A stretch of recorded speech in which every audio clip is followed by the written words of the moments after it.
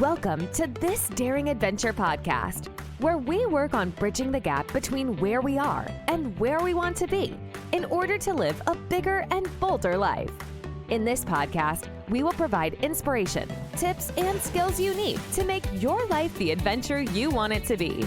Here's your host, mindset mentor, and life coach, Trista Gurton. Hi, everybody. Welcome back to another episode of This Daring Adventure. Thank you so much for joining me. Today, I am back to work, back to normal, back at home, and just settling in. I have been working on my jet lag and the heat and humidity here. It feels like a double whammy. Plus, I'm trying not to have too much caffeine. So it has been, well, there have been moments where I feel like I'm sort of moving through wet cement, but I'm hoping this is the tail end of it. And by Friday or Saturday, in another day or two, the worst will be over. So bear with me today if I make a mistake or get a little lost. I will do my best to stay on track, but that's what we have. So today I wanted to talk about overcoming procrastination. This is one of the things I think we all deal with at some point. And the greatest problem that I see with procrastination is not so much obviously the delay that we experience in completing what it is that we want or need to do, but the idea that we are somehow flawed, that this is a character flaw because we procrastinate, and that there is something fundamentally wrong with us because we do this. And so I wanted to do a little bit of a deeper dive today into why we procrastinate and what we can do about it, so that it gives you a little bit of relief and we just ease up on ourselves a little bit so that there's not the additional suffering, when we're procrastinating and then we beat ourselves up for procrastinating. So hopefully this will give you a little bit of guidance and a little bit of help. So why do we procrastinate? Basically, what happens is our brain, if you've listened to this podcast at all, you know that our brain is designed to seek pleasure, avoid pain, and be as efficient as possible. So what this means is our brain is designed for instant gratification. It likes the easy win. It likes to focus on the short term. It likes to focus on getting away with as little effort and expending as little energy as it can. This goes back to our days in the cave. We are talking about using the primitive part of our brain here that was designed to keep us safe, designed to find. It's the part of our brain that is designed to keep us safe, and it kept us alive and evolving. And so the short term wins, like finding food, finding water, finding shelter, finding warmth, finding companionship, got it a hit of dopamine, as well as being as efficient as possible, resting, conserving, ensuring that in the periods where we had to go without meeting our basic needs, we could just survive and expend as little energy as possible. And at the same time, our brain gets a reward. It gets a hit of dopamine as a reward when we do something that ensures our survival. So in this case, when it's trying to keep us efficient and conserve energy, it will tell you to put off whatever it is that you want or need to do. And it will get a hit of dopamine when you do this. So if it's you have a plan to go to the gym at 8 a.m. and 8 a.m. comes along and your brain says, you know what? It's warmer in bed. I'm really comfortable here. We can go to the gym after work. Bing, hit of dopamine. If you have to study for an exam, your brain will tell you that you have plenty of time to study. We put it off until the last minute. And every time you put it off, your brain gets another hit of dopamine. It's a small hit of dopamine, but it is enough of a reward to satisfy your brain.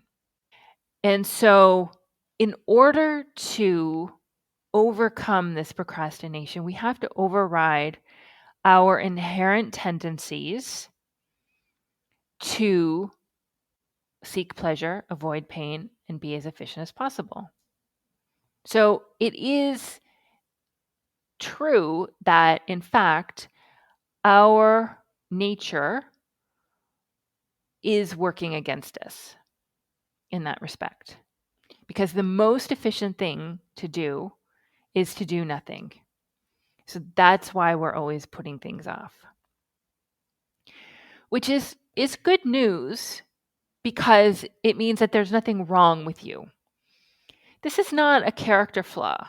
This was actually something that kept us alive and kept us evolving. And your brain, in effect, means well, but it's just not necessary anymore in a lot of respects. And so we are working against how we've been designed. This means that you can stop beating yourself up about procrastinating. It means that you can stop thinking that there's something wrong with you. And you can stop thinking that you are somehow deeply flawed and unable to change, because none of that is true. There are ways in which we can become more proactive and just get things done that we need or want to do. And so I came up with a small list what we can do in order to help ourselves overcome our natural tendencies to put things off.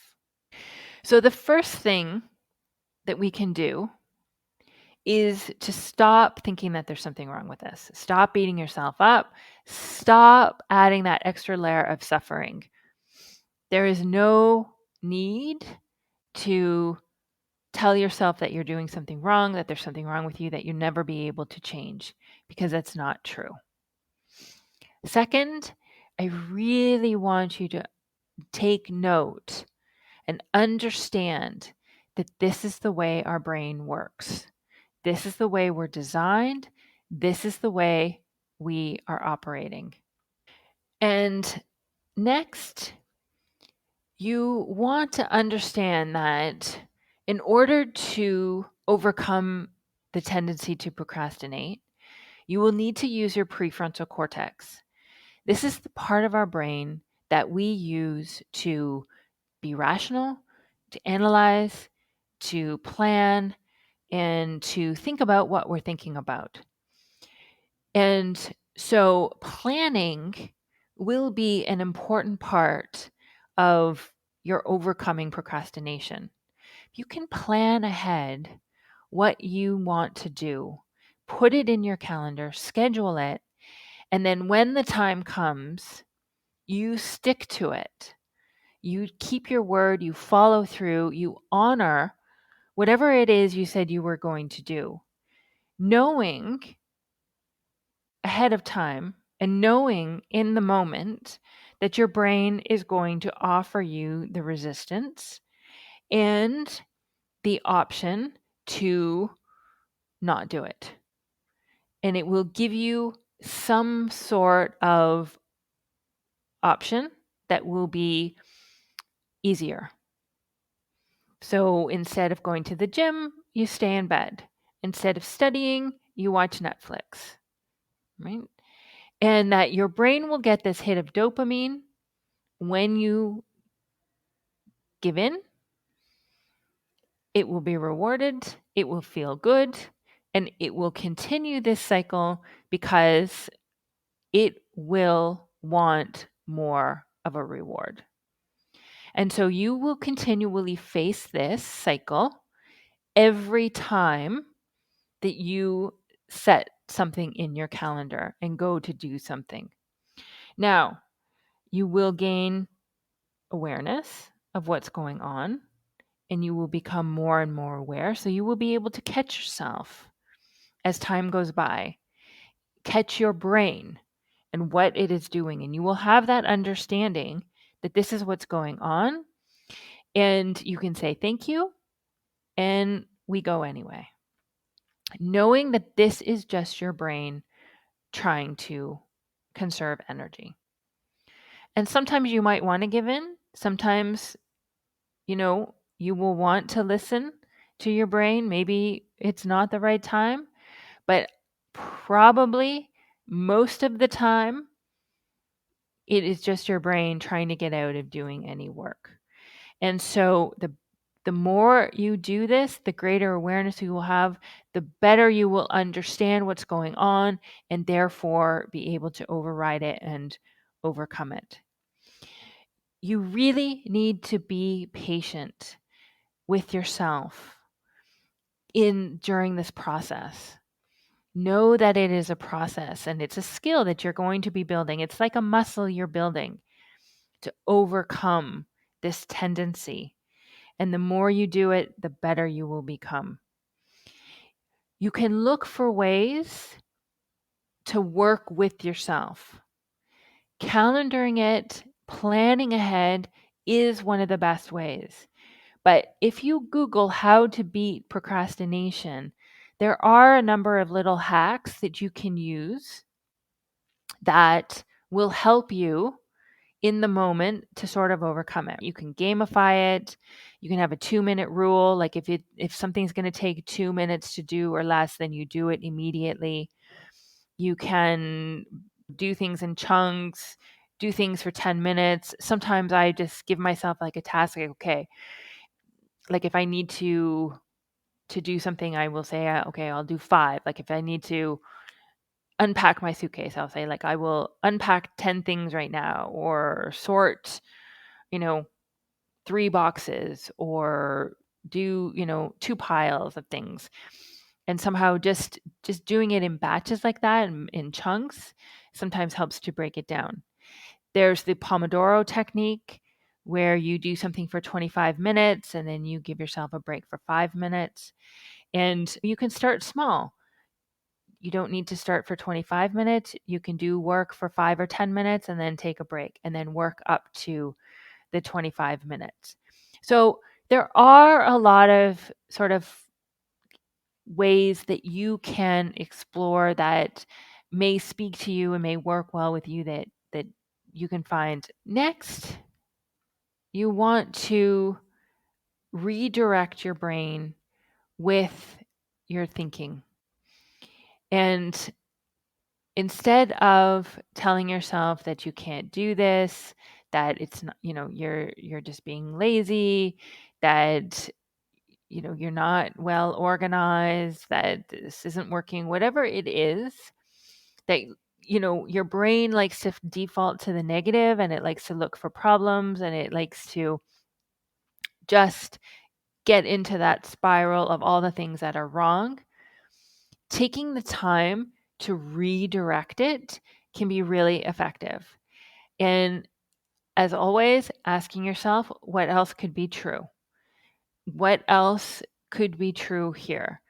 That you are able to get to your work, that you are able to take the action that you need, that it's safe for you, right? Instead of knowing that. So choosing thoughts consciously And sometimes doing this work ahead of time rather than in the moment can be really helpful. You will want to be able to counter some of the negative thinking that will come up in your brain, and be prepared to direct your brain towards accomplishing what it is you want, being able to do the work, to be able to put in the time, to get things done, that this is who you are now, that this is possible. Next, you want to be in touch with your emotions, especially if you're procrastinating about something that you're feeling particularly anxious about, or overwhelmed, or maybe afraid of. Again, all very normal. Your brain is trying to protect you. And so experiencing those emotions will happen from time to time.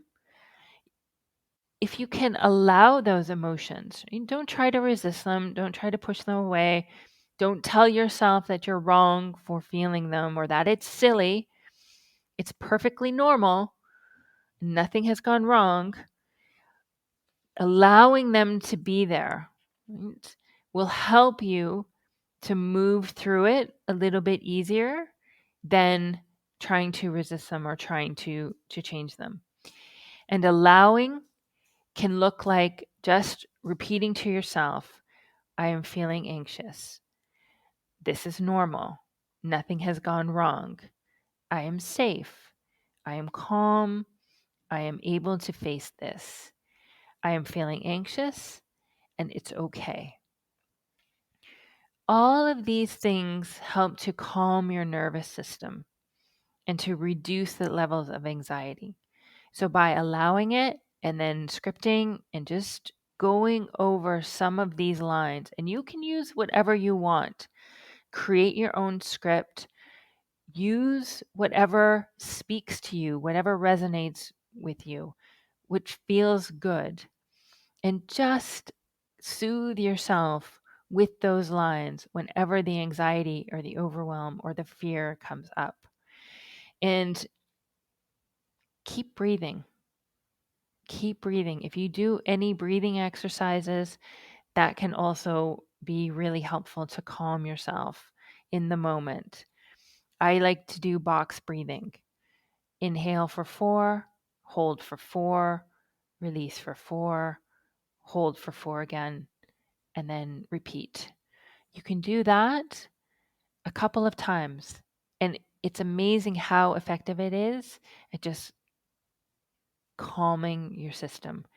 And in that way, you'll be able to bring your prefrontal cortex back online, and you'll be able to reason again with your brain and understand what's going on. There is nothing wrong with experiencing the fear and the overwhelm and the anxiety when you think about something that you need to do. But you can overcome it. Knowing that it's just your brain, and then calming your nervous system by allowing it, and then doing the scripting exercises, breathing, will help you to move through it effectively.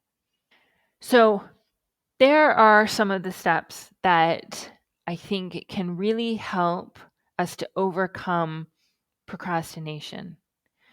But if you get nothing else out of this podcast episode today, please know that if you do procrastinate, there's nothing wrong with you.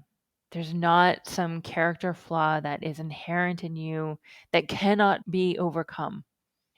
This is just a function of our brain. It's trying to protect us, it's trying to keep us safe. It's not necessary anymore, and we are able to work through it when we just understand what's going on and override that primitive part of our brain with our prefrontal cortex. As always, if you want to work through some of these issues, whether it's procrastination and becoming more proactive, or any other issue that you wish, you can schedule a private 1-hour coaching session with me, I will include the link to my calendar in the show notes. This is a great opportunity to get coached on any issue, and it's also an opportunity to learn about what coaching can do for you. I work with a limited number of women in one-to-one sessions. And these sessions are part of a 3-month bespoke program that help you to gain calm and confidence and clarity to create whatever results you truly want in your life. I truly believe that anything is possible. And with the right support that coaching provides, you can get there. If you have a moment to rate, review, share, and subscribe this podcast, I would greatly appreciate it. I hope you have a fantastic week, and I will talk to you next Thursday. Thanks, everybody. Bye-bye. Thank you for listening to This Daring Adventure podcast with your host, Trista Gurton. We hope you enjoyed the tips and conversations on how to get excited about life again. As always, you can head to tristagurton.com for additional resources and to book a one-on-one coaching session. You can also follow Trista on Instagram at Trista V. Gurton. Don't forget to subscribe, rate, and review us on Apple Podcasts. Thanks again for tuning in, and we'll see you next time.